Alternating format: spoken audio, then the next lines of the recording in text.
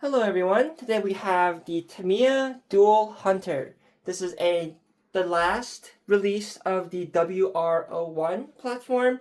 It is a dual motor four-wheel drive monster truck platform that originally released in 1999 as the Wild Dagger.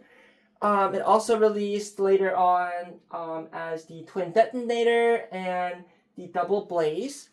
The Double Blaze and the Dual Hunter are less common, the Dual Hunter being the least common, mainly because it wasn't super popular, and I suspect the most people that bought this truck new didn't keep the stock body on it for very long. The most desirable ones are the Twin Detonator and the Wild Dagger. The Wild Dagger, especially in good condition or new in box form, they fetch a lot of money. Whereas compared to this one, the Dual Hunter that released in 2007, I got this one fully assembled for $150-ish. It's not super expensive. So it's kind of funny with Tamiya cars how much money certain cars can fetch. Just purely by the body that's on it. Even though spec-wise everything else is identical, it's just the body that's different. So I always think that's kind of funny, a funny thing that happens with Tamiya cars.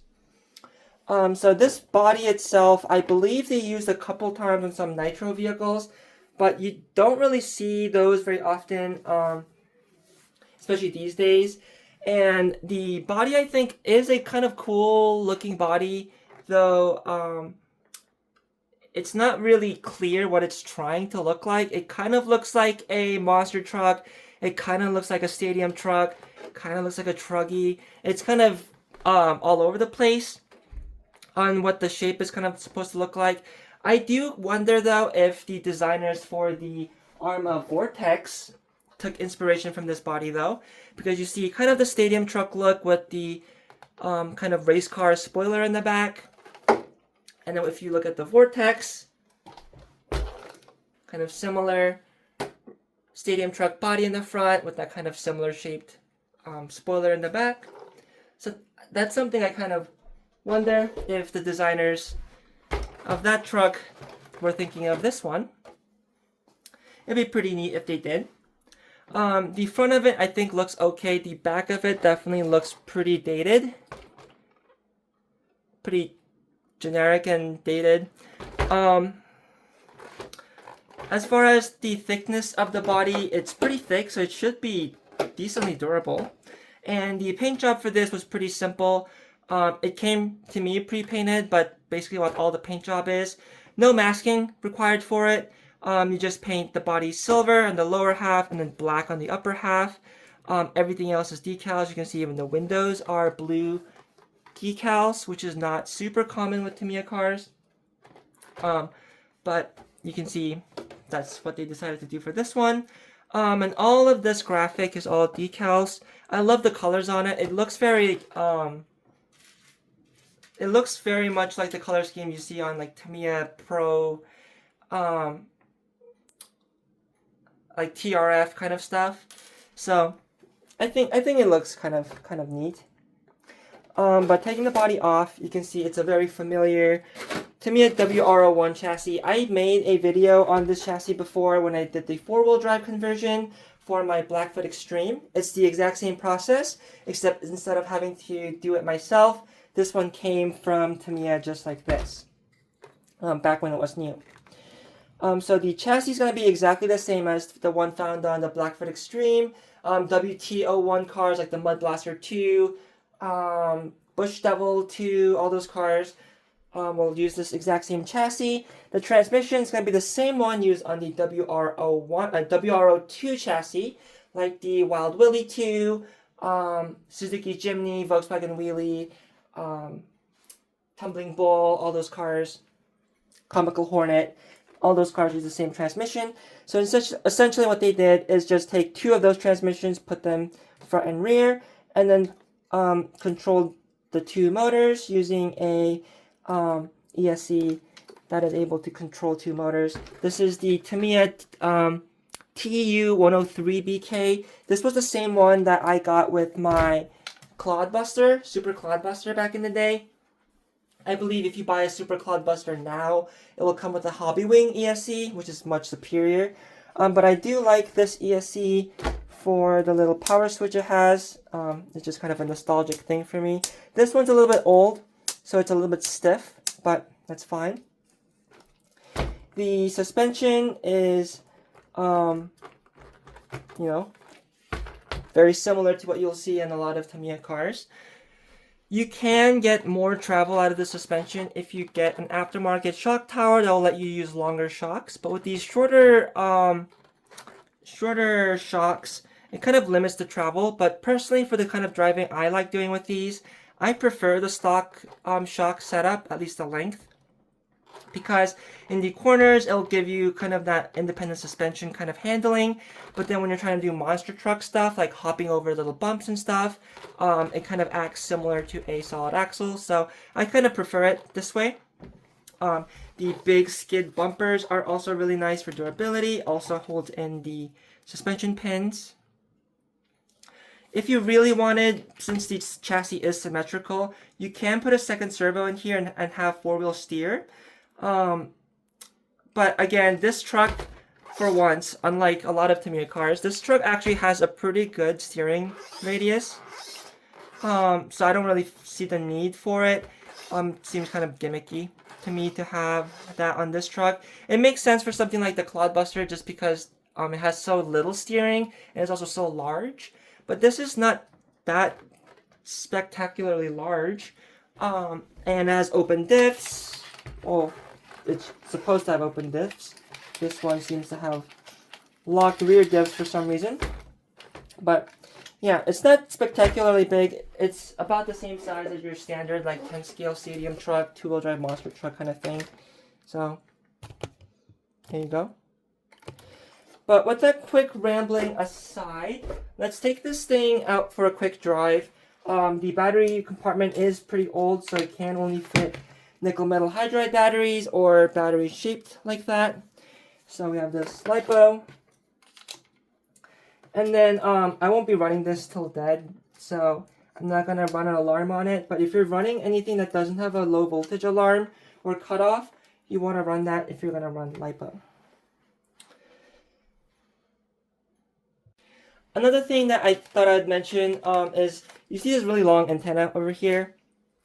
And even back in 2007, even when I started the hobby in 2013, a lot of the radiator runs and a lot of the radios available were AM transmitters.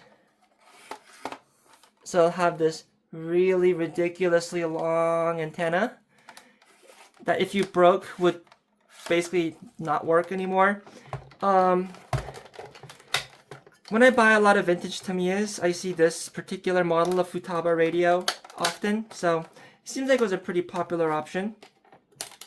To get to bind it to your receiver, since it's not digital, you had to have special crystals that match the receiver. So a little bit of a blast from the past. Also use 8 AA batteries instead of your usual 4. So definitely weren't as efficient of transmitters, but they were pretty reliable for what they were back in the day. So it's a little bit extra shot of nostalgia. Alright, so let's see how the dual Hunter runs on a 2S LiPo.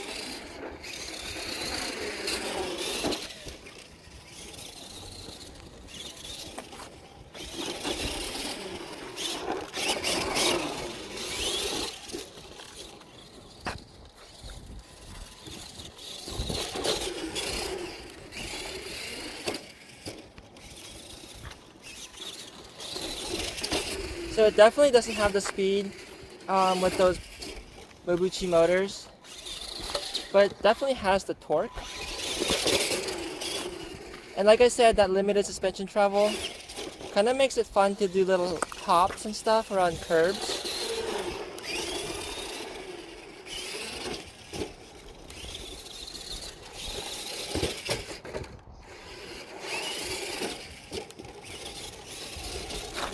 And it negotiates through rough terrain pretty well.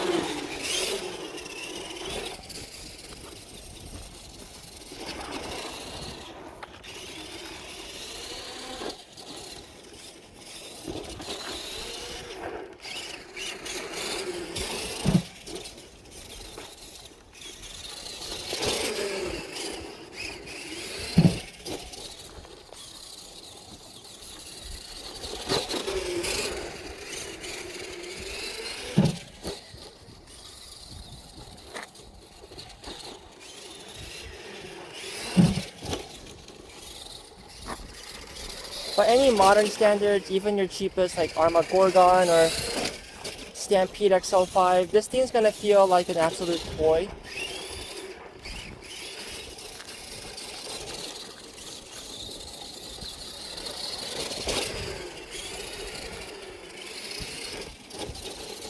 But if you were used to something like a Tamiya Hornet or Tamiya Lunchbox or something, this thing would have felt like an absolute Rolls Royce.